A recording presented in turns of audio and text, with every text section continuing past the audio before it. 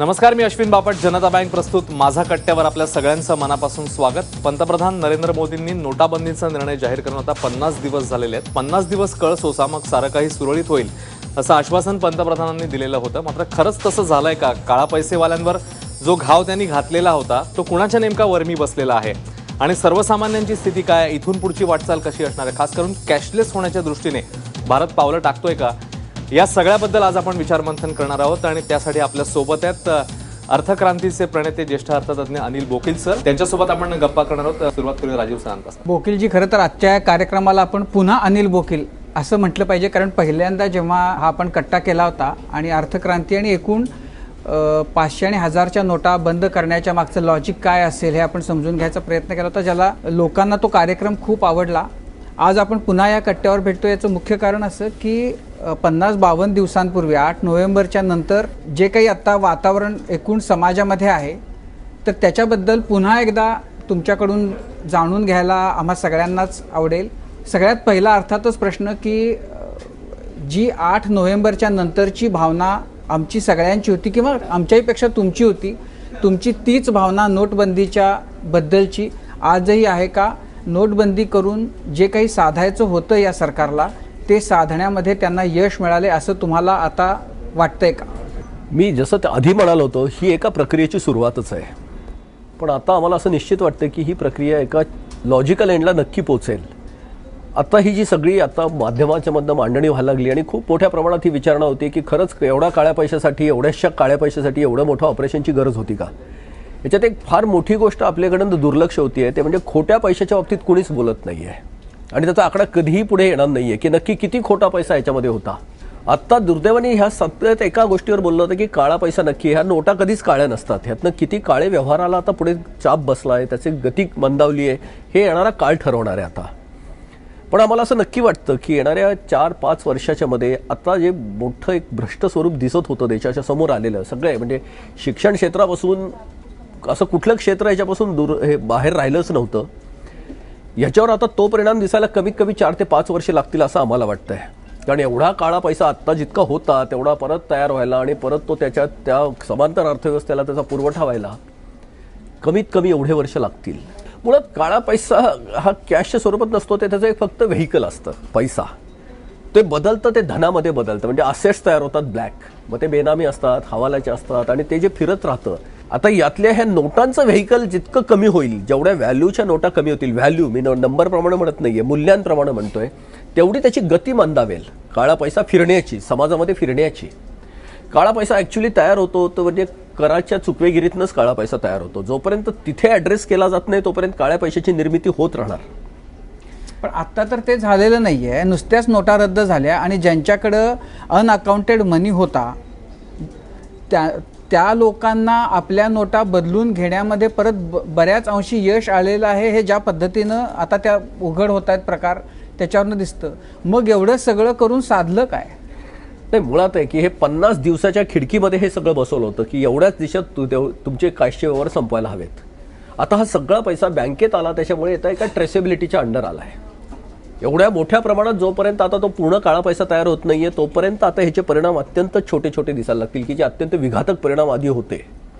आता आपल्याला हे सगळं बोललं जातं की एवढ्या मोठ्या याच्यासाठी हे करण्याची गरज आहे का? पण खरंच organ trafficking, drug trafficking, even human ट्रॅफिकिंगवर किती मोठा परिणाम झाला आहे हे फक्त त्याची असेसमेंट कधी समोर येईल, कारण ती वेगळ्या वेगळ्या अकाउंटवर वेगळी येईल. कदाचित ती होम मिनिस्ट्रीच्या अंडर येईल की ह्याच्या नंतरची हे क्राईम रेट कशामुळे किती कमी झाले, कुठल्या कुठल्या क्राईमच्या अंडर कसे कमी झाले. कारण याचं व्हिटॅमिन एम जे होतं, ते व्हिटॅमिन एम म्हणजे जो पैशाची जी धारणा होती मुळात नॉन ट्रेसेबल करन्सीच्या ट्रान्झॅक्शनमधनं जे शक्य होतं ना, त्याला आता नक्की लगाम बसलेला आहे. कारण हे जगाचं हे आहे की नोटांचे व्यवहार पाऊलखुणा ठेवत नाहीत, आता ते पाऊलखुणा मिळायला लागतील. आता दुसरी गोष्ट आहे की ज्या लोकांचा काळा पैसा होता त्यांनी तो पांढरा करूनच गेला. खरं सांगू ना की संधीचा पुरेपूर फायदा घेणं म्हणजेच उद्योजकता, एंटरप्रिनरशिप, की अपॉर्च्युनिटीला एक्सप्लोअर करायचं आणि जमल्यास एक्सप्लॉइट करायचं, ही एंटरप्रिनरशिपच असते. हां, व्यवस्था अशी लागते की ती कंट्रोल करायला पाहिजे, ती समाज विघातक व्हायला नको, याच्यासाठी व्यवस्थापन आणि सरकार स्ट्रॉंग असायला पाहिजे. आत्ताच्या परिस्थितीमध्ये व्यवस्थापनामध्ये प्रॉब्लेम झाले नक्की आहेत, कारण आता हे सगळं बरबटलं आहे म्हणून तर हे एवढं मोठं ऑपरेशन सुरुवात झाली आहे. आता काळ्या पैशाची फक्त एका टोकांनी आपण बघतोय, पण त्याचे परिणाम आता व्यवस्थापनापर्यंत येणार आहेत, म्हणजे ब्युरोक्रेसीपर्यंत सगळीकडे येणार आहेत.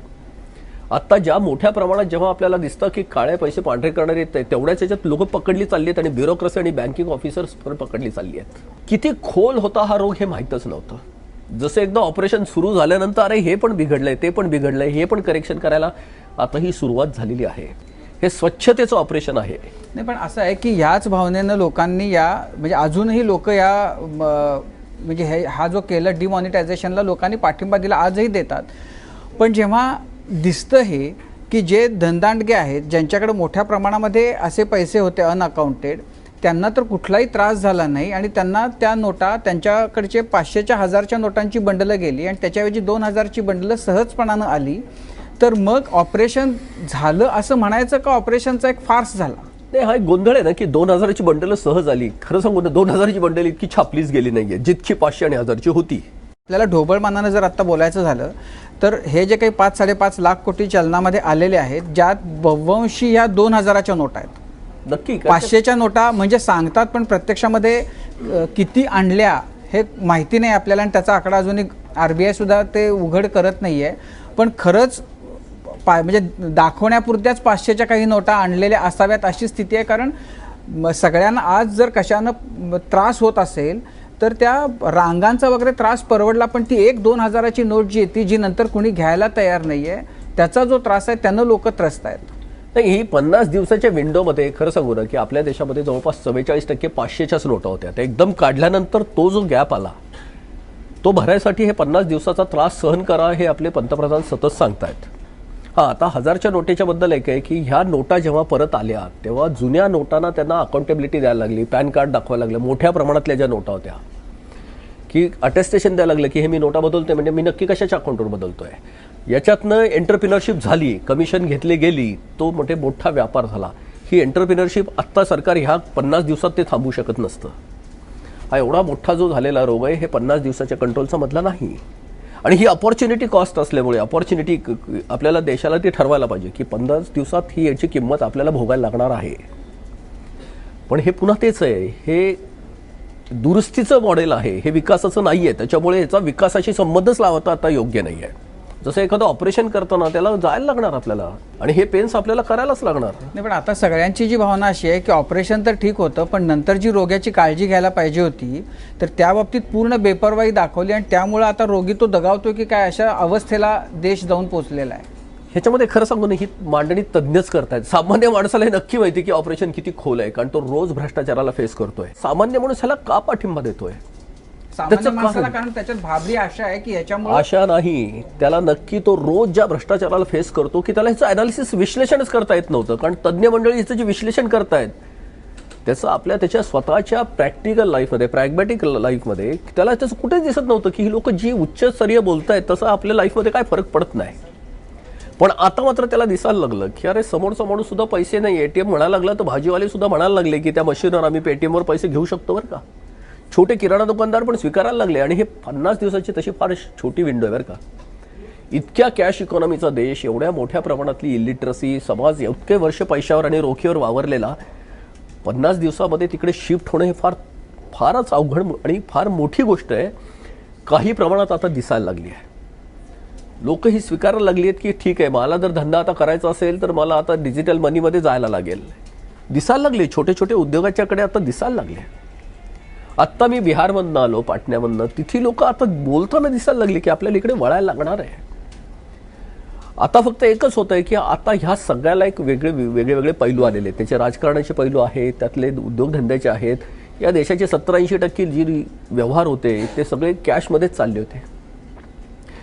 आता त्याच्या बाजूने एक रस्ता बंद झाल्यानंतर तो पूर्ण वळेपर्यंत जो काय गोंधळ होणार आहे तो होणार. आता ह्याच्याकडे मात्र मोठी गरज आहे की ह्या सगळ्या रोखीची जी गरज होती आत्तापर्यंत देशाला, ती कर चुकवेगिरीसाठी मोठ्या प्रमाणात होती. गुन्हेगारीचा पैसा होताच ह्याच्यात, पण गुन्हेगारीच्याबद्दल आपल्या देशात अजून तेवढा आक्रोश नाही जितका भ्रष्टाचाराबद्दल आहे. कारण गुन्हेगारीच्या एका इथल्या माणसांनी, सामान्य माणसांनी त्याचा नादच सोडला होता की आपण त्याच्यावर काय बोलणार आहेत.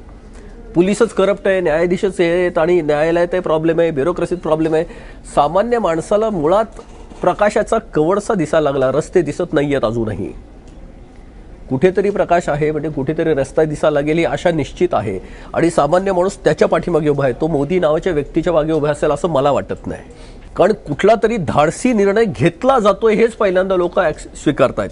तुम्हाला ह्या सगळ्याकडे बघताना असं वाटतं का किंवा असं वाटत नाही का की हे एवढं मोठं ऑपरेशन केल्यानंतर जे काही बेसिक काळजी घ्यायला हवी होती त्याच्यामध्ये खूप उणीवा राहिल्या? तुम्हाला सांगू ना, हे आता पोस्ट ऑपरेशन ॲनालिसिस आहे, ह्यातून प्रक्रिया चालू आहे. आत्ता जे घडतं ना, की जगात असं म्हटलं जातं की कुठल्याही गोष्टीला आणखी चांगल्या पद्धतीने करण्यासाठी 1000 रस्ते अस्तित्वात असतातच. Nothing is perfect. फक्त एक काय छान झालं की याच्यामध्ये सामान्य माणसं सुद्धा बोलायला लागली की हे असं घडायला पाहिजे होतं, असं व्हायला पाहिजे होतं. फार वेळा ते बोललं गेलेलं आहे की याचं समर्थन करणारे कोण आहेत, तर अडाणी आहेत, अंबानी आहेत, कोणी फिल्म स्टार्स आहेत, आमिर खान आहे, सलमान खान आहे, ते याचं समर्थन करतायत. आणि अमर्त्य सेनांपासून ज्यांना ज्यांना अर्थशास्त्र कळतं त्या लोकांचा ह्याला विरोध आहे. आम्ही अगदी सामान्य माणसं आहोत आणि ह्या तज्ज्ञांच्या बद्दल आम्हाला एक प्रश्न आहेच की ह्या तज्ज्ञांच्या आणि सामान्य माणसाच्या मध्ये एवढी तफावत का आली? यांच्याकडे जर उत्तरं होती, ही लोक फक्त प्रतिक्रियाच देण्यासाठी आहेत का? ही लोक आधी कुठलं मॉडेल देऊ शकत नाहीत का की ज्याच्यातनं हे बदलू शकतं? आणि खरं सांगू ना, हे सगळं बदलण्याची सुद्धा एक काळाचा हे द्यायला पाहिजे. कारण आपल्या देशात लोकशाही आहे. 5 वर्षाच्या पॉलिटिकल टेन्युअरमध्ये बदलणारी ह्यांना कुणालाही एक आत्तापर्यंत एखादं मॉडेल देता नाही आलं का? ह्या लोकांना, जे सोकाळ तज्ज्ञ आहेत, त्या लोकांना इतक्या शेतकऱ्यांच्या आत्महत्या का दिसत नाहीयेत? इतक्या लाखो तरुणांचे मोर्चे का दिसत नाहीयेत? एखादी ॲक्शन सुरू झाल्यानंतर आणि ही ॲक्शन आता रिव्हर्सिबल नाही हे लक्षात आल्यानंतर, आम्ही अगदी तुम्हाला साध्या ह्याच्यात सांगतो, जसं GPRS मध्ये आपण जातो, रस्ता एखाद्या चौकात आपला रस्ता चुकतो, रिओरिएंट होण्यासाठी दिशा द्यायला लागते. तीच तज्ज्ञाचं काम आहे. सारखं की इथे चुकलं इथे ह्याच्याने होणार नाही. हे सुरू झालेली ऑपरेशन आहे. आता आमच्यासारख्या NGOला आता हे विचार करायला लागतो की ओके, हा चौक चुकला ना, मग पुढे काय करायचं, तिथून कसं रिओरिएंट करायचं, की आपल्याला नक्की काय करायचं आहे. अमर्त्य सेन सारख्या अत्यंत एका मोठ्या तज्ज्ञाची मांडणी आहे की भारतातले भूकबळी ही उत्पादनाचा प्रश्न नसून ते क्रयशक्तीचा प्रश्न आहे. मग ती क्रयशक्ती खालपर्यंत का जात नाहीये, ही मांडणी कोणी करायची? ती अमर्त्य सेनांनी नाही करायची, तर आमच्या NGOनी करायची. की नोटातला पैसा हा पब्लिक डोमेनमध्ये जात नाही, सार्वजनिक व्यवस्थेत येत नाही, खिशात पडून राहतो, हे आम्ही मांडायचं. आता तुम्ही सांगितलं अंबानी आणि अडाणी यांच्याबद्दल खरंच आम्हाला माहित नाही, पण तुम्हाला एक सांगू ना, काळ्या पैशाची जी अस्तित्वात असलेली समांतर अर्थव्यवस्था आहे त्याच्यामध्ये प्रचंड ताण असतात. सगळ्याचे ताण आहेत, म्हणजे स्वतःच्या विश्वासार्हतेचे आहेत, लोकांच्या विश्वासाचे आहेत. ह्या ताणात जगायला कोणालाच नाही आवडत आहोत. आणि कदाचित त्यांचा हा प्रोएक्टिव्ह रोल असेल की आम्हाला सगळ्यांना स्वच्छ व्हायचं आहे. आम्हाला स्वतः तेच वाटतं. आम्ही सामान्य माणसं पण त्याचेच बळी आहोत.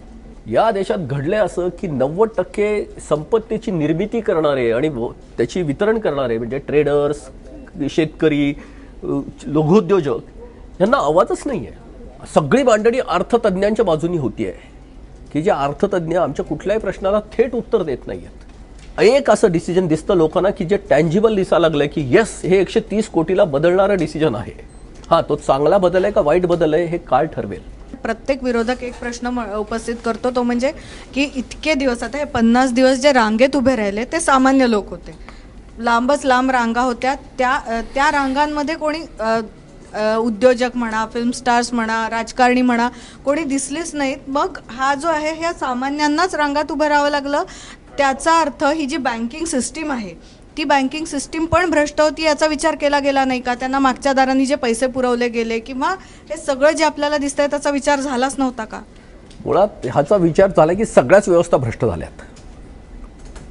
कुठली व्यक्ती त्यातनं सुटलेली नाही. आपण सगळे फक्त व्हिक्टीम आहोत, कुणीच कल्प्रिट नाही. पूर्ण व्यवस्था भ्रष्ट झाली, त्याचंच हे ऑपरेशन आहे.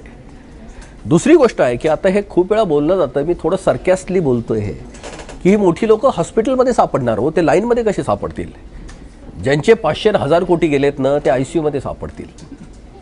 आणि ते जर एंटरप्रिनर असतील तर त्यांनी खालापर्यंत ते पैसे ढकलले असतील. जसे त्यांनी कलेक्ट केले, ते त्यांच्याकडचे स्किल सेट्स आहेत, त्यांच्या एस्टॅब्लिशमेंट आहेत, पण त्याच नोटावर उभे राहिलेले आहेत. शेवटीचं त्यांना ही ऑपॉर्च्युनिटी जर मिळाली असेल तर त्यांनी त्याचा व्यवस्थित वापर केलाच असेल, त्यांच्या दृष्टीने व्यवस्थित, देशाच्यासाठी नव्हे. पण एक नक्की लक्षात घ्यायला हवं की कुठलंही मोठे ऑपरेशन जेव्हा होतं तेव्हा ते ब्लडलेस करता येत नाही. कमीत कमी ब्लिडिंग काय होईल हा एवढाच एक असतो. आणि हा ऑप्शन मात्र पर्स्पेक्टिव्ह प्रमाणे बदलतो की कुणाला वाटतं की नाही, हे 2 थेंब सुद्धा जास्तीचे गेलेत, ते घडूच शकतं. फक्त हे ब्लीड कोण झाला हा मुद्दा आहे. देश ब्लीड झाला हाच तो खरा मुद्दा आहे. पण त्याच देशासाठी ही ट्रीटमेंट म्हणून घेतलेली आहे. हे विकासासाठी नव्हे, हे प्रगतीसाठी नव्हे. ही दुरुस्ती इतके वर्ष जी आपण लांबवतोय सारखी, की आज नको उद्या, उद्या नको परवा, त्याच्यातनं ही वेळ आली आहे. म्हणालात की देश ब्लीड झाला, सर्वसामान्य लोक विक्टिम ठरली, पण या सगळ्या सिस्टीममध्ये खूप मोठ्या लोकांचा पैसा ज्यांनी बँकांमध्ये भरला त्यांच्यासाठी वेगवेगळ्या ॲम्नेस्टी स्कीम्स आणल्या गेल्या. जर काळाच पैसा आपल्याला या सिस्टीममधून बाहेर काढायचा आहे तर या स्कीम आणण्याची काय गरज होती की 50% दंड घ्या, 25% तुम्हाला घ्या, 10% आम्हाला ठेवा, 5% तुमच्या खिशात घाला. तर हे काय आहे? मग जर मोठ्या लोकांना ज्यांनी काळा पैसा साठवला त्यांच्यावर जर तुम्हाला सर्जिकल स्ट्राईक करायचा होता तर ही देशातल्या म्हणजे सामान्य लोकांची फसवणूक नाही का की या लोकांचा काळा पैसा पांढरा करून देणं? खरं सांगू ना, माझे मत तुमच्यासारखंच आहे. पण थोडा व्यावहारिक जर मी विचार करतो आतमध्ये, कारण ह्या वर्षी अभ्यास करताना हे लक्षात येतं की शेवटी लोकशाही ही लोकांच्या ज्या अपेक्षा आहेत त्याला साथ देणारी, प्रतिसाद देणारी म्हणजेच लोकशाही. सगळ्याच्या सगळ्या गोष्टी यू टर्नमध्ये किंवा रिटर्न त्याला शक्य नाही आहे. रिटर्न गिअर ज्या एकदम पुढे चाललाय आणि त्याला शॉप, तर त्याला यू टर्न घ्यायला लागणार. तर यू टर्न घेताना जे काय कॉम्प्रोमाइज करायला लागतील ते कॉम्प्रोमाइज असू शकतात असं आमचं मत आहे. याचा अर्थ कुठली सरकारची बाजू घेतोय किंवा मोदींची असं नव्हे, पण हे सरकार आमचं आहे. पार्टी वेगळी, राजकारणी वेगळे आहेत, आम्हाला त्याच्याशी काही घेणं नाही आहे. पण सरकार मात्र लोकशाहीचं असल्यामुळे त्याचे काय प्रश्न असू शकतात हे आम्हाला समजून घ्यायला लागतं. 130 कोटीच्या देशाला रिव्हर्स गिअर एकदम टाकणं शक्य नसतं. तर ज्या स्पीडने याला यू टर्न घेण्यासाठी जे काय घडतं त्याच्यात काही लोकांना नक्की त्याचा फायदा झालेला असणारच. त्याच्यात कुठलंही दुमत नाही. पण त्याच्यामधनं एकच आहे की एखाद्या गुन्हेगाराला शिक्षा होणं, त्याच्यातनं एक जे समाधान मिळायला हवं की ज्यांनी गुन्हे केलेले नाही आहेत त्या समाधानापासून फक्त आपण दूर आहोत. पण हेही नक्की खरं आहे की त्या गुन्हेगाराला पुढच्या गुन्हे करण्याची संधी कमी होत जाणार आहे. हे आज आपल्याला समजून घ्यायचं. म्हणजे आपल्याला वाचवायचं होतं, गुन्हेगारांना शिक्षा करायची होती का आपल्याला त्यांना वाचवायचं होतं? नेमकं करायचं काय होतं या सगळ्या आपण कुठल्या बाजूने बघणार ह्याच्यावरती आहे. आपण जर देश म्हणून बघितला तर हे ऑपरेशन आपल्या सगळ्यावर झालेलं आहे. कसं असतं तुम्हाला सांगतो की माझ्या डाव्या हाताला खूप सिरियस आधार असेल आणि उजवा हात म्हणत असेल की हे मला काहीच नाही आहे याचा त्रास. हा आजार शरीराला झालाय, तो मला सुद्धा आहे हे स्वीकारायला हवं. अख्खी लोकशाही ब्लीड होतीये. आपला सगळ्यांचा आत्ता ह्याच्यावर झाला होता की नाही या देशात काही घडूच शकत नाही, काहीतरी घडू शकतं, भलं का बुरं काळ ठरवेल. जनता बँक प्रस्तुत माझा कट्ट्यावर वेळ झाली एका छोट्याशा ब्रेकची. अर्थतज्ञ अनिल बोकील यांच्याशी आपला संवाद सुरू आहे. एक छोटासा ब्रेक, लगेच परत येणार आहोत. पाहता एबीपी माझा. एखादा अनुभव असा होता का की या माणसामुळं आपल्याला लाईनीत उभं ठाकावं लागलं, या माणसामुळं गंगेत नोटा आपल्याला टाकाव्या लागल्या? घडलंय खूप. खरं सांगू ना, आमच्यासारख्या सामान्य माणसाच्या आयुष्यात हे भयंकर त्रास. कारण एकाने मला असं सहज आणि स्पष्ट सांगितलं की तुमच्यामुळे 80 लोक गेली आहेत. आपल्यातल्या कुठल्याही सामान्य माणसाला असं कोणी जर सांगितलं की तुमच्यामुळे एखाद्याचा जीव गेला की तो जसा हादरतो ना, उद्ध्वस्त झालो होतो मी त्या दिवशी खरंच.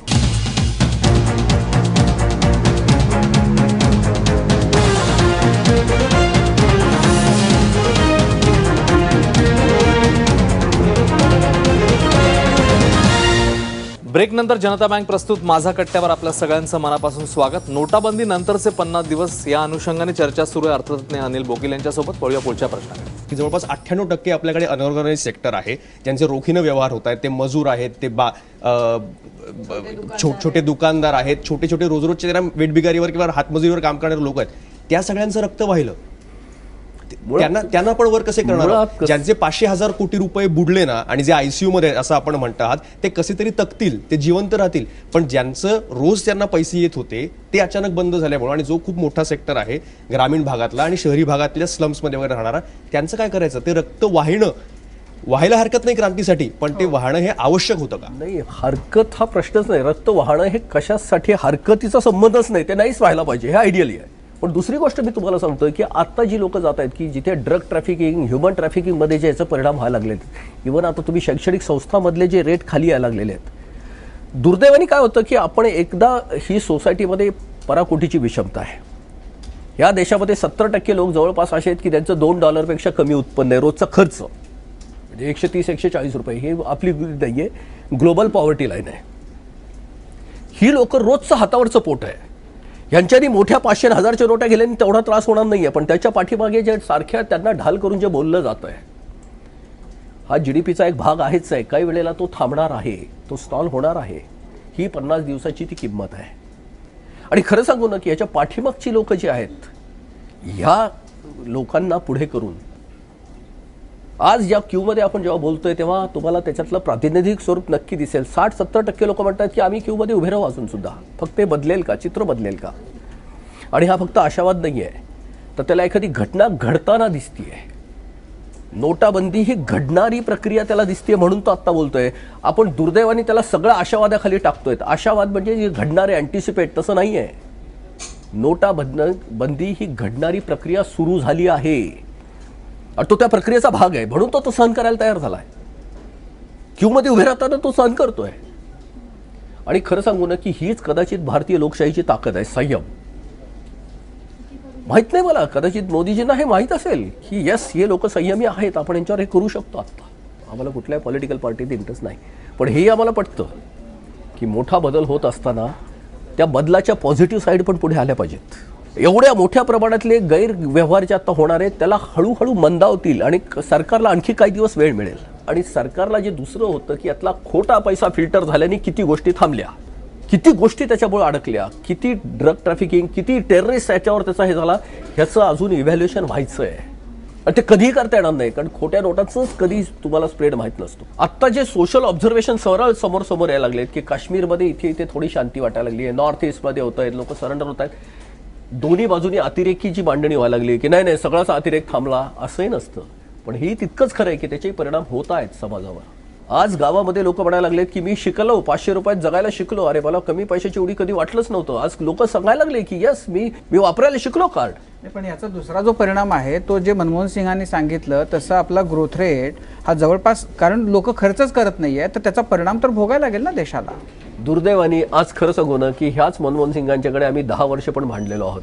अजूनही ते जर याच्याकडे ग्रोथ रेट आणि ह्याच्याकडे डेव्हलपमेंट मॉडेल म्हणून बघत असतील तर आमचं मनमोहन सिंगांच्या बद्दल आमची मांडणी वेगळी आहे. हे विकासाचं नाही, हे दुरुस्तीचं मॉडेल आहे. त्याच्यामध्ये ग्रोथ रेट हा संबंध येत नाही, त्याच्यामध्ये क्राईम रेट हा संबंध येतो, त्याच्यामध्ये करप्शन रेट संबंध येतो. याचा करप्शन परसेप्शन इंडेक्स नावाची जी गोष्ट आहे जी आणखी काही दिवसांनी पुढे येईल, त्याच्याशी याचा संबंध आहे. आणि मला कळत नाहीये ही सगळी तज्ञ मंडळी अशी कुठली मांडणी करते. हे विकासाचं नाही आहे, हे ती किंमत मोजतोय ना आपण, देश किंमत मोजतोय ना. दुरुस्तीची किंमत आहेच. एखादा पैलवान कुस्ती खेळतोय, त्याला जर आजारी पडला तर त्याला काही दिवस कुस्ती न खेळता झोपून राहायला लागणार आहे बेडवर. त्याच्यानंतर जेव्हा तो होईल, बरा होऊन जेव्हा येईल तेव्हा कुस्त्याच खेळायच्यात त्याला. भारताचा ग्रोथ रेट मधला हा कॉम्प्रोमाइज आहे, हा दुसरा कुठलाही नाही आहे. आणि त्या ग्रोथ रेटमध्ये जशी एखादी इकॉनॉमी मोठी होत जाते तेव्हा सर्व्हिस इंडस्ट्री त्याच्याशी अटॅच होत जाते, त्याच्यामुळे रोजगारावर त्याचा परिणाम होतोच. पण हेही तितकंच खरं की तो ग्रोथ रेट जर कंटिन्यू ठेवायचा असेल तर लॉ अँड ऑर्डरचे कंडिशन नेहमीसाठी चांगले असायला पाहिजेत. आज ह्या देशामध्ये परकीय गुंतवणूक दारात येऊन थांबलेली आहे, पण इथला CPI corruption perception index FII टाकायला लागली आहेत. लोक फक्त गुंतवणूक वर करतायत आणि पैसे काढून घेत आहेत. ज्या पद्धतीनं रिझर्व्ह बँकेनं आणि आपल्या सरकारनं 50-52 दिवसामध्ये 64-65 म्हणजे काही वेळा तर दिवसातनं 2-2 वेळा सर्क्युलर्स काढली, तर म्हणजे ह्याचा पूर्ण विचार केला होता की नाही ऑपरेशन करताना, की तुम्ही एकदा टेबलवर घेतलं आणि त्याच्यानंतर तुम्ही अरे आता पुस्तकं बघा आणि आता काय करायचं या पद्धतीनं जर तुम्ही ऑपरेशन करत असाल. ते कसं असतं की एका मोठ्या गर्दीच्या रस्त्यामध्ये एकदा गाडी गेली की किती वेळा स्टेअरिंग बदललं, किती वेळा ब्रेक लावलं हे नसतं. हे डायनामिक बॅलन्सिंग पुढे सुरू होतं. ते कंडिशनल असतं आणि सिच्युएशनल असतं. त्या वेळेप्रमाणे ते बदलायलाच लागतं. हे जे 60 वेळा इकडे गेले, 61 वेळा तिकडे गेले, ही मांडणी म्हणजे अशी की गर्दीच्या रस्त्यामध्ये की स्टेअरिंग इतक्या वेळा त्यांनी बदलवलं, तितक्या वेळा बदललं, तितक्या वेळा ब्रेक दाबला, तितक्या वेळा ॲक्सिलेटर, असं नसतं. नाही, त्याला जर आपण स्टिअरिंग म्हटलं तर ते तुम्ही म्हणता ते बरोबर आहे, पण जर त्याला आपण ऑपरेशन म्हटलं तर तुम्ही रुग्णाला घेतले आणि नंतर 60 वेळा तुम्ही पुस्तकात जाऊन बघताय की आता काय करायचं. नाही, हे डायरेक्टिव्ह वेगळे असतात आणि पॉलिसी वेगळी असते. पॉलिसी एकच ठरली की ऑपरेशन करायचं. आता प्रत्येक वेळा ते हात इतकाच ह्याच्याने मॉनिटर करायचं तसं नसतं. ते एक्झिक्युशनची फ्रीडम असतो, त्यावेळेला तो द्यायलाच लागतो. जगाला द्यायला लागलाय, आपल्याला द्यायला लागेल. एक्झिक्युशनचे फ्रीडम त्या वेळेला चालतात. पॉलिसी मात्र एकदा ठरलेली असते की ही पॉलिसी आपल्याला आणायची आहे, आपल्याला लेस कॅशकडे जायचं, ही पॉलिसी आहे. आणि हे मात्र जे आहेत, हे जे मॉड्युलर किंवा डायनामिक बॅलन्सिंग जे करायला लागतं, कुठलंही सरकार असतं तर तेच करायला लागलं असतं. कारण लोकशाहीमध्ये शेवटी काय, लोकांच्या ॲस्पिरेशन प्रमाणेच बदलायला लागतं. तुमचं जर पेशंट जर तडफडायला लागला तर त्याला त्यावेळेला काहीतरी द्यायला लागतात रिलीफ. आणि ह्याच्यामध्ये खरं सांगू ना की ह्याच्यामध्ये माध्यमांची भूमिका खूप मोठी आहे. आज किती वेळा असं दिसत होतं की माध्यम विचारून इन्स्टिगेट करत होते की तुम्हाला त्रास होत नाही का होत नाही, यावर तुम्ही उन्हात उभे आहेत. जो उभा आहे त्याला सांगायचं उन्हात उभा आहेत, त्याला नाही लक्षात येत. आणि प्रत्येक व्यवस्थेमध्ये कितीही ती करप्ट असली तरी त्याच्यामध्ये काही कम्फर्ट झोन तयार होत असतात. बेनिफिशरी असतातच प्रत्येक व्यवस्थेचे. हा बेनिफिशरींचा आक्रोश सुद्धा होणं तितकंच साहजिक आहे. हे अनैसर्गिक नाही, नैसर्गिकच आहे. पण जेव्हा दुरुस्तीचं ऑपरेशन म्हणतो तेव्हा टीमवर्क सुद्धा आपल्याला चांगला लागतो. म्हणजे एकच डॉक्टर चांगला आहे आणि बाकीचा खराब आहे तर आपलं ऑपरेशन सक्सेसफुल होणार नाही. आता आपण जेव्हा नोटबंदी झाली, बँकिंग सेक्टरमध्ये मोठ्या प्रमाणात बँकेचे अधिकारी पकडले गेले, काहीशे कोटी बाहेर गेले आणि त्या लोकांकडे नोटांचं घबाड सापडते. दुसरी गोष्ट, जनधन खात्यामध्ये मोठ्या प्रमाणात पैसा जप्त झाला. टीमवर्क चांगलं नाहीये, ती तयारी करणं ही कोणाची जबाबदारी होती आणि ती का नाही झाली? एक्झॅक्टली. जेव्हा मल्ल्याला 7,500 कोटी घेऊन पळायला लागलं तेव्हा ह्याच बँकेवर सगळ्यांचे प्रश्न गेले की एका शेतकऱ्यांच्यासाठी तुम्ही इतकं हात धुवून मागे लागता. ही व्यवस्था ही स्वच्छ व्हायला लागली आहे. करेक्ट. मग ती व्यवस्था स्वच्छ न करता ऑपरेशन हे कसं काय सगळ्याच होऊ शकतं? ऑपरेशनचं तुम्ही एक लक्षात घ्या की हे ठरवलेलं नाही, हे घडलेलं आणि अत्यंत अनिवार्य असल्या याच्यातली ही प्रक्रिया सुरू झालेली आहे. नेहमी तुम्ही लक्षात घ्या, एकदा ठरवून प्लान कधी करता येतं, जेव्हा रिक्वायर्ड गोष्ट तुम्ही प्लान केली तर तुमच्याकडे ऑप्शन खूप जास्त असतात. म्हणजे हे ठरवून केलं नव्हतं. ऐका, पूर्ण करतो मी. रिक्वायर्ड गोष्ट प्लान केली तर तुमच्याकडे सगळे ऑप्शन ओपन असतात. जेव्हा ती गोष्ट अर्जन्सीत जाते तेव्हा तुमचे ऑप्शन कमी होतात आणि इमर्जन्सीत गेल्यानंतर तुमचे ऑप्शन संपलेले असतात. काही गोष्टी इमर्जन्सीत होत असतात. काय असतं माहिती का, एवढ्या मोठ्या देशाचं बॅलन्सिंग करताना याला सगळ्याला काही डायमेन्शन असतातच. ह्याच्यामध्ये पॉलिटिकल इंटरेस्ट असतातच, कारण याचे टेन्युअर जे असतो 5 वर्षाच्या आत परत ह्या पार्ट्यांना इलेक्शनला उभे राहायचं असतं. ह्याचे रिझल्ट जर ऑड गेले तर ह्या पॉलिटिकल पार्ट्या स्वतःचे सत्ताच घालून बसतील. यांना त्या सगळ्या ह्याचं लिमिटेशन असतं. त्यावेळेला दोन्ही बघायला लागतं की आपल्या कॅपॅसिटीज किती आहेत, देशाला आपला जो बदल करायचा आहे त्याला किती कालखंड लागणार आहे, हे सगळ्याचं मिळून बॅलन्सिंग असतं. म्हणजे आपली क्षमता नसताना आपण एखादी मोठी उडी मारायची आणि तोंडावर पडायचं. अर्जन्सीमध्ये आणि इमर्जन्सी क्षमतेचा प्रश्न संपलेला असतो, त्यालाच इमर्जन्सी म्हणतात. पण त्याची एक गोष्ट आहे याच्यामध्ये, असं तुम्हाला थोडीशी प्लॅनिंग करावी लागेल. त्याला इमर्जन्सी आहे, आपल्याकडे आता पेशंट आपला दगावणार आहे आपल्याला माहिती आहे, तर त्याला थोडंसं काहीतरी प्लॅनिंग केलं तुम्हाला हे वाटत नाही का की बँकांची खाती उघडताना पोस्टाला बँकेच्या बरोबर जोडणं ही तयारी नव्हती? नोटाबंदी करून फायदा काय? पूर्वी जे होतं ते आता तसंच होतं. नोटाबंदी एकाच बाजूने बघण्याची गोष्ट नाही. नोटाबंदी 3, 4, 10 ठिकाणून ती बघायची गोष्ट आहे. ती अतिरेक्यांच्या खोटे पैशापासून सगळ्या बाजूनी त्याला बघायला लागणार आहे. नाही, अतिरेक्याचं काय सर, अतिरेक्यांकडे पण नोटा सापडल्या नाही. आपण ह्याच मुंबईवर जर एक अटॅक झाला तर भारत पाकिस्तान पूर्ण फुल फ्लेज वॉर होऊ शकते, आपल्याला लक्षात घ्यायला हवं. नाही, पण हे नोटाबंदीमुळे अतिरेकी वगैरे हे तर फार म्हणजे आपण फारच छोट्या पातळीवर बोलतोय. कारण जगातली आता हॉर्वर्डमध्ये हे सगळं चाललंय की इसिस मध्ये जो पैसा चाललाय मोठ्या नोटातनं चाललाय. फक्त आज आम्हाला जे पॉझिटिव्ह दिसतंय याच्या बाजूने की सामान्य माणसाचा संयम अजून टिकून आहे. 50 दिवस तुमचे कसे गेले? एखादा अनुभव असा होता का की या माणसामुळं आपल्याला लाईनीत उभा ठाकावं लागलं, या माणसामुळं आपल्याला 2.5 लाखाचं ते लग्नाचा प्रॉब्लेम आला, या माणसामुळं गंगेत नोटा आपल्याला टाकाव्या लागल्या? घडलंय खूप. खरं सांगू ना, आमच्यासारख्या सामान्य माणसाच्या आयुष्यात हे भयंकर त्रास. कारण एकाने मला असं सहज आणि स्पष्ट सांगितलं की तुमच्यामुळे 80 लोक गेली आहेत. 80 लोकांना जीव द्यायला लागला. आपल्यातल्या कुठल्याही सामान्य माणसाला असं कोणी जर सांगितलं की तुमच्यामुळे एखाद्याचा जीव गेला की तो जसा हादरतो ना, उद्ध्वस्त झालो तुम्ही त्या दिवशी खरंच. कारण हे तर मोजता आली लाईनमधली आणि त्याची जबाबदारी घ्यायला लागली तर आम्हाला घ्यायलाच लागेल. मी फक्त एवढाच प्रश्न त्यांना पुन्हा विचारला आणि ते खरं सांगू ना, ते जस्टिफिकेशन नव्हतं, काहीच नव्हतं, पण आतून एक किती लोकांचा जीव वाचला ह्याच्यामुळे हे तुम्ही मला सांगाल का, हे मी त्यांना विचारला होता प्रश्न. जसं हे श्रेय आमचं नाहीये, पण याचं अपश्रेय मात्र आम्हाला घ्यायला लागणार आहे. कारण ह्या नोटाबंदीवर आम्ही 20 वर्ष फाईट करतोय. नॉर्मल लोकांचा आणखी एक असा आक्षेप असा असतो, जनधन असेल किंवा बाकीचे जे अकाउंटमध्ये पैसे डिक्लेअर केलेले आहेत ते अकाउंटेबल झालेत की त्याला पांढरा पैसा आपण असं म्हणू शकतो का? आत्ता पुढं त्याची प्रोसेस सुरू होईल की त्याच्यावर चौकशी होईल आणि त्यांना काय कदाचित शिक्षा होईल, कदाचित दंड होईल जास्त? नाही, पांढरा पैसा म्हणजे एक लक्षात घ्या, हे IDS जे होतं इन्कम डिक्लेटरी स्कीम, तोपर्यंत तुम्ही पैसा टाकला. आता लोकांनी ओळखी पत्र दाखवून जे पैसा टाकला तो आता पांढरा झाला. आत्ता जे पैसे मिळत नाहीयेत, 15.5 लाख कोटीतनं कुणीतरी म्हणाला 14 लाख कोटीच मिळाले, 10% नाही मिळाले. काय 10% म्हणजे 1.5 लाख कोटी रुपये. ते नुसते पैसे 1.5 लाख कोटी अमाऊंट नाहीये, त्याची फिरण्याचं चलन आणि त्यातनं होणारी गुन्हेगारी याचा संबंध लावायचा असतो त्याचा. दुर्दैवाने आपल्या देशातले तज्ज्ञ की 15.5 लाख कोटीतले 90% तर आलेत आणि 10% गेले. 10% हे नोटा, त्यातल्या खोट्या नोटा जर ऍड केल्या तर ते परिमाण किती मोठे आहे आणि ती प्रक्रिया नक्की कशाला इनिशिएट करते हे समजून घ्यायचं असतं. आत्ता जो बँकेत पैसा आलेला आहे की ज्याच्यामध्ये बँकाने एंडॉर्स करून घेतला की यांच्याकडनं पॅन कार्डच्या अगेन्स्टमध्ये हा आलाय, यांच्याकडनं हा आलाय, हा मात्र आता पांढरा पैसा आहे. सगळ्या ज्या बँका ज्या आहेत यांनी, विजय मल्ल्यांचं उदाहरण तुमच्याच तोंडात 2-3 वेळा आलं, तर हे सगळ्या लोकांनी जे कर्ज घेऊन बुडवलेले पैसे होते, NPS जे बँकांचे होते, आता बँका या पैसा घेतात आणि म्हणतात की आमचे NPS क्लिअर झाले. जे महापालिका आहेत सगळे मोठ्यांनी आमचे मिळकत कर जे थकलेले होते वर्षानुवर्ष देत नव्हतं, आम्ही त्यांच्या बाहेर बँड वाजवत होतो, त्यांना नोटिसा पाठवत होतो, पण ते आम्हाला देत नव्हते. तर हा प्रकार काय आहे? म्हणजे ते चोरच होते आणि अचानक त्यांना त्यांची चोरी लपवण्याचा संधी मिळाली. कॉर्पोरेशन ते कसं चोर मिळालं असेल? उलट त्यांच्याकडे पैसे नाही, आले ना. जे कर बुडवत होते ते. नाही असं नाही. आणि एनपीएचे असं नसतं की बँकात म्हणाला की आमचा एनपीएचा लॉस आम्हाला हे बिन व्याजी आता काही पैसे मिळाले त्यातनं आम्ही भरून काढू, त्याचा अर्थ एनपीए वाल्यांना सुटका मिळाली अशी नव्हे.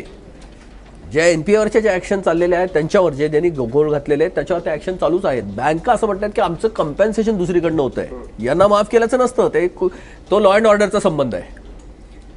या डिमॉनिटायझेशनमुळं कम्पेन्सेट व्हायला मदत झाली आहे. इतक्या कॉर्पोरेशन, इतक्या नगरपालिका ज्यांना पैसे देत नव्हते, लोक विचार करते नोटा कुठे जाळण्यापेक्षा आपली लायबिलिटी कमी करून टाकू, तेवढं स्वच्छ होईल. यातला एक साईड इफेक्ट हा पण आहे. ह्याला आपल्याला नॅशनल किंवा सोशल बेनिफिट असं म्हणता येऊ शकतं. हा सोशल बेनिफिट झालाय. बेनिफिटच्या लिस्ट काढूया आपण, लॉसेसचे पण काढूया, फक्त ती प्रक्रिया पूर्ण होऊन दे. सर पण आता लॉसेसच्या अकाउंटवर 80 जीव गेलेले आहेतच, या क्यू आहेतच, मनस्ताप आहेच, हे लॉस अकाउंटला आहेच. बेनिफिट अकाउंट पण आपण बघूया. सर या प्रोसेसमध्ये आता तुम्ही म्हणता की ही प्रोसेस आहे आणि आपल्याला पेशन्स ठेवायला पाहिजेत, अजून काही अनप्रेडिक्टेबल गोष्टी घडू शकतात का? एक नक्की आहे की आता हे जर व्यवस्थेच्या हातात गेलं आणि एवढा पैसा जर बँकिंगमध्ये यायला लागला तर व्याजदर कमी होणं हे कॉमन मॅनची सगळ्यात मोठी गरज आहे. आज आपल्याकडे जे बेकायदेशीर जी मनी लॉ हे चालतं, मनी लेंडिंग चालतं, त्याचे बळी म्हणजे पूर्ण ग्रामीण अर्थव्यवस्था त्याचीच बळी आहे. याच्यातनं तर त्याचे बेनिफिट जर सुरू झाले तर हे अत्यंत मोठं हे असणार आहे. पण ते येणारा काळ ठरवेल की ते कसं होईल, काय होणार आहे. याचे नवे नवे पैलू पुढे काय येऊ शकतील की याच्यातनं अजून काही घडू शकतं का अनप्रेडिक्टेबल. आता निश्चित घडायला लागलं की काळ्या पैशावर ही सरकार इतक्या मोठ्या प्रमाणात बोलायला लागलं तर जो काळा पैसा ज्या कर रचनेतनं सुरू होतो त्याची दुरुस्ती हे आता ऐरणीवरचा विषय होणार काही दिवसात. आणि तो मात्र बदल जो असेल ना तो मात्र देशासाठी अत्यंत भला आणि अत्यंत वेगळा बदल असेल. कारण आता फक्त काळ्या पैशाचं वहन सरकारने कमी केलंय, मोठ्या नोटा कमी करून, निर्मिती बंद झालेली नाही.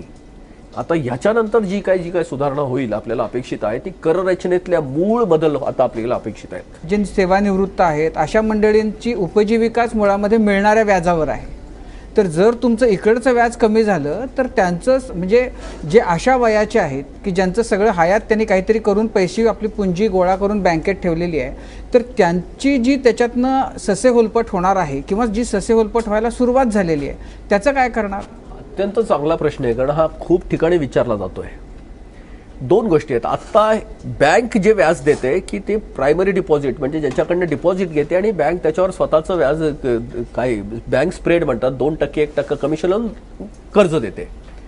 आता इथे हा बँकेचा रोल असणार नाहीये, हा सरकारचा रोल असणार आहे. जे सिनियर सिटीजन आहेत त्यांना पूर्ण व्याज मिळालं पाहिजे. 10% 15% जे आहे ते, जसं आता पीपीएफचं लोन, पीपीएफचा इंटरेस्ट कोण देतं?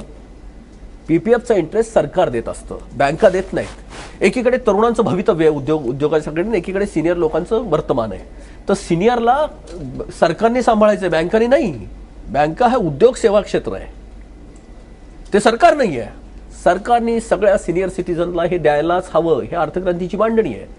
गेल्या 50 दिवसामध्ये तुम्ही किती वेळा एटीएमच्या रांगेत उभा राहिला? तुम्ही कॅशलेसवर भर देता पण बँकात गेलात आणि तुम्हाला पूर्ण 24,000 रुपये मिळालेत आठवड्याला. तुमचा स्वतःचा काय अनुभव आहे? अगदी व्यक्तिगत विचारलं. खरं मी इतकं व्यक्तिगत कधी बोलत नाही, पण मी तुम्हाला खरं सांगू ना, मला 3,500 रुपये माझी रिटायर्ड आई देते महिन्याला. 3,500 ती देते, मला कधी जायलाच लागत नाही बँकेत. आणि त्या 3,500 माझं छान भागतं, हे मी तुम्हाला सांगतोय.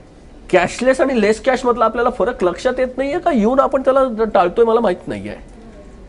माझी प्रायमरी टीचर रिटायर्ड आई मला ज्या पैशात देऊ शकते त्या पैशात मला चालतं, आणि माझ्या देशाला पण चालतं 100 रुपयाच्या मध्ये. आणि हे आज नाही घेते मी, 20 वर्ष चाललंय. तुम्ही डेबिट कार्ड किंवा हे काही वापरता का, किंवा पेटीएम वगैरे? माझं बँकेत अकाउंट नाही आहे, खरंच नाहीये, कारण मला व्यवहारच नाहीये. आता जिथे लिटरसी प्रचंड आहे, पॉप्युलेशन अत्यंत कमी आहे, ती लोक आता कॅशलेसचा प्रयत्न करतायत स्कॅन्डिनेव्हियन कंट्री सारखे. भारतासाठी ते नाहीये. भारत पहिल्यापासून अर्थक्रांती म्हणते लेस कॅश. 70% लोक जर $2 आतमध्ये जगतायत रोज, 130-140 रुपये कन्झम्पशन, 500 आणि 1000ची नोटाची कोणाची गरज आहे? ह्या लोकांच्याकडे क्रयशक्ती जात नाही म्हणून भिकारी व्हायला लागतं. भारताची बाजारपेठ मोठी होत नाहीये कारण त्याच्याकडे क्रयशक्ती लोकांच्याकडे खालपर्यंत पोहोचत नाहीये.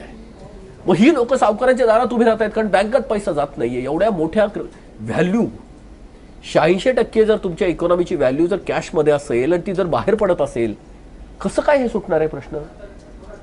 आपल्याला 50 रुपयाच्या नोटीची निश्चित गरज आहे, 100 नोटीची काही काळापर्यंत गरज आहे. जी लोक अशिक्षित आहेत, ग्रामीण अर्थव्यवस्था जिथे व्यवहार छोट्या ह्याच्यात चालतात नोटात, ते नोटावर व्हायलाच पाहिजेत. आणि अर्थक्रांती त्याच्यावर कुठलाही टॅक्स लावू नका सांगते, कारण गरीब लोकांवर टॅक्स लावणं हे पाप आहे हो. कॅश ट्रान्झॅक्शनवर टॅक्स लावू नका, फक्त बँकांच्या ट्रान्झॅक्शनवर टॅक्स लागायला हवा. आणि हे समतेच्यासाठी अत्यंत गरजेचं आहे. जनता बँक प्रस्तुत माझा कट्ट्यावर वेळ झाली एका छोट्याशा ब्रेकची. अर्थतज्ञ अनिल बोकील यांच्याशी आपला संवाद सुरू आहे. एक छोटासा ब्रेक, लगेच परत येणार आहोत. पाहत राहा एबीपी माझा. व्हेनेझुएला आणि पाकिस्तान फेल्ड स्टेट आहेत, फेल्ड. तिथले माफिया इतके स्ट्रॉंग झालेले आहेत की ते संसदेत ते उधळून लावू शकतात. भारत एस्टॅब्लिश्ड डेमोक्रेसी आहे. भारतात जे घडू शकलं ते व्हेनेझुएलात घडत नाहीये. पाकिस्तानला करायलाच लागेल, कारण आता तिथला सगळा अतिरेकी त्याच्यावरच पोहोचला चाललाय. जग मॉनिटर करतंय भारताला की भारतात ही प्रक्रिया कशी होणार आहे.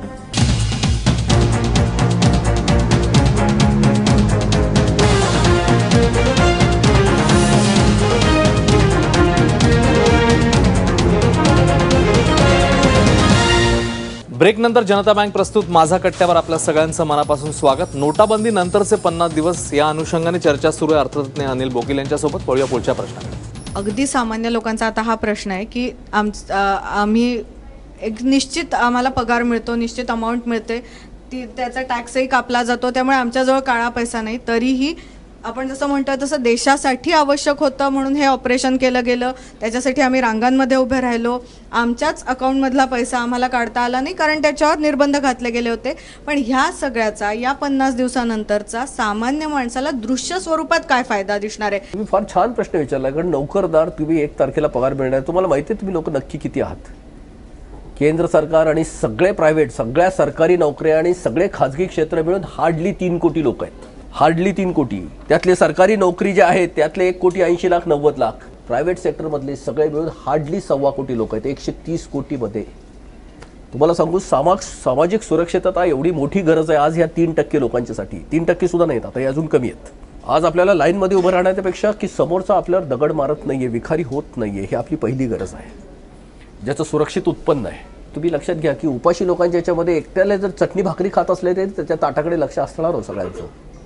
हे कोण थांबवत आहे असं वाटतं आपल्याला? हे सरकार थांबवत असतं. आणि ते तगडं होणं, ते स्ट्रॉंग होणं ही आपली गरज आहे. आपली सुरक्षेच्या दृष्टीने आणि त्यांचं जीवनमान उंचवणं ही आपली जबाबदारी, कारण ते आपल्या कुटुंबातले आहेत, आपल्या परिवाराचे आहेत. मला तुम्हाला विचारायचं आहे, सुरक्षितेपुढे 5 तास क्यूमध्ये उभे राहणं ही मोठी किंमत आहे का छोटी आहे? हा देश मुकाट आत्महत्या करत चालला आहे, हत्येला बाहेर येत नाहीये. कारण ह्या देशाचा शोषिकपणा हा असतो की ज्याला भाबडेपणा कुणी म्हणालाय, कुणी हे असं म्हणालाय की आम्ही माफ केलं नाही. हे देशाचं कॅरेक्टर आहे. आज आपल्याला अशी भूमिकाच घेता येणार नाही की आमच्यासाठी आम्ही सगळे भरणार आहे. आज आपल्याला 130 कोटीचं म्हणूनच करायला लागेल. आपण कुणीही राजकीय पक्षाचे काही देणं घेणं नाही आपल्याला. व्यक्ती को ना पार्टी को, अपना वोट प्रोग्राम को. प्रोग्राम काय सांगा, आणि त्या प्रोग्राम जर चुकत असेल तर आपण त्याला फाडून काढू. पण प्रोग्राम जर व्यवस्थित असतील आणि आपल्याला माहीत असेल की हे भल्यासाठी चाललेलं आहे तर आपल्याला त्याला पाठिंबा पण द्यायला पाहिजे. आपल्याला राजकीय क्षेत्रात काय इंटरेस्ट आहे? 50 दिवसांपूर्वी तुम्ही आला होतात कट्ट्यावर, तो खूप पाहिला गेला, त्याची चर्चा झाली, ॲप्रिशिएट झाली. त्याच्यावर शंका कुशंका पण बऱ्याच लोकांनी काढल्या. तुमच्यापर्यंत तो अनेक कार्यक्रमांमधनं येत असतील काही प्रश्न.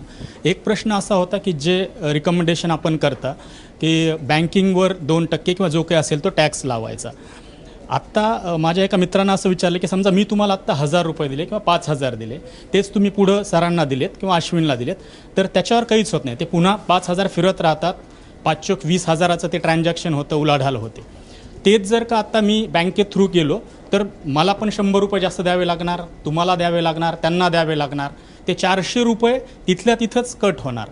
मग तो व्यवहार कितपत फायद्याचा ठरेल? आत्ताची आपली सगळी व्यवस्था आपण पाहिली तर. पैसा हे माध्यम असतं.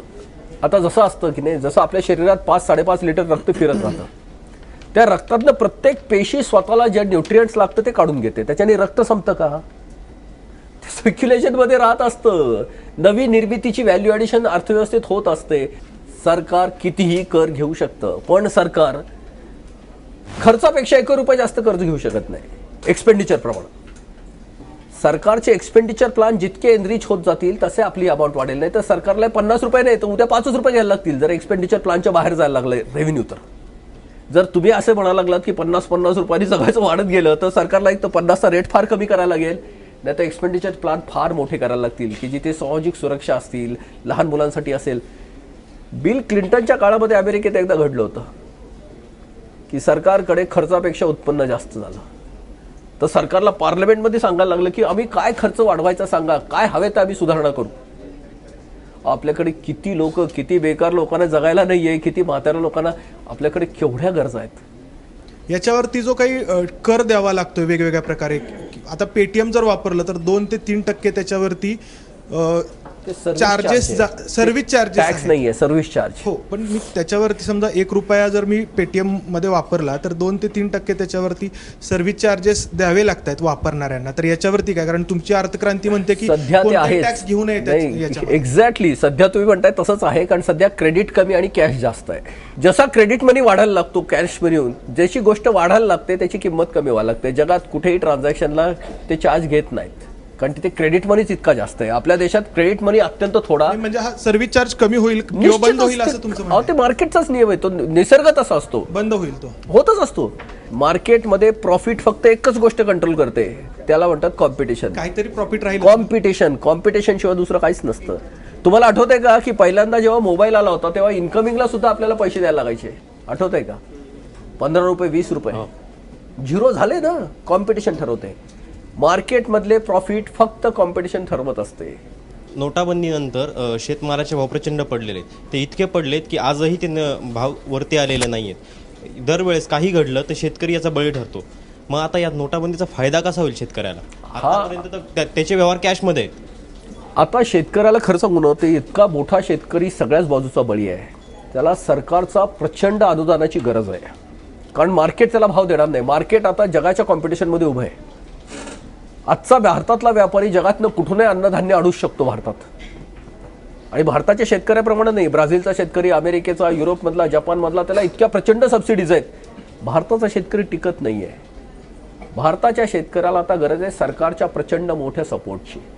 तो कधी मिळेल? जेव्हा सरकारचं स्वतःचं उत्पन्न तेवढं जास्त असेल. सरकारच्याकडे आलेला पैसाच त्याला मदत करू शकणार आहे आता इमिजिएटली याच्यात. मग जसा जसा तो तंत्रज्ञानात पुढे जाईल, जगाच्या शेतकऱ्याशी तो कॉम्पीट करायला लागेल. आता मात्र त्याला गरज आहे की सरकारच्या प्रचंड मदतीची गरज आहे. तर भारतानंतर व्हेनेझुएला आणि पाकिस्ताननी नोटबंदीचा निर्णय घेतला होता, पण तो टिकला नाही, मागे घ्यावा लागला. पाकिस्ताननी 5,000ची जी नोट होती तो रद्द करायचा निर्णय घेतला होता, पण त्यांच्या संसदेत तो त्यांना मागे घ्यावा लागला.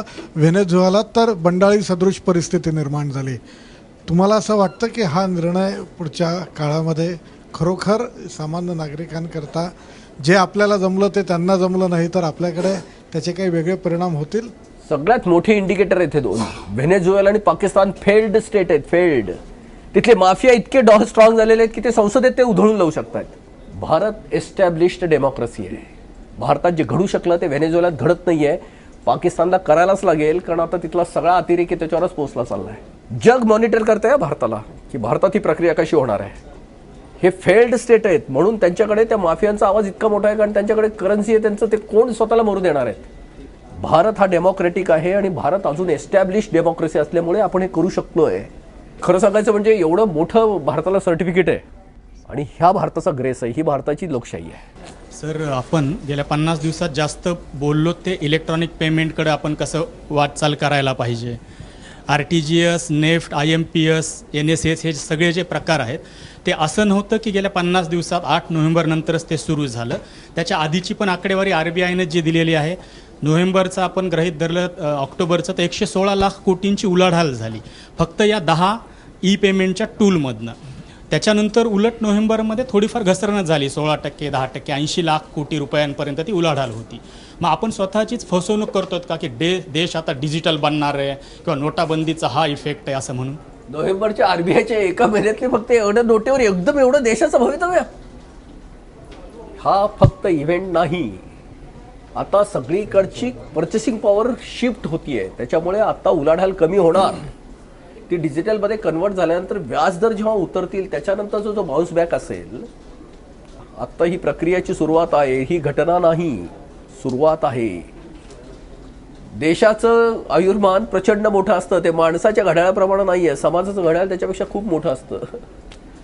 आधी पण आपण ई पेमेंटचा वापर करत होतो चांगला दणकट.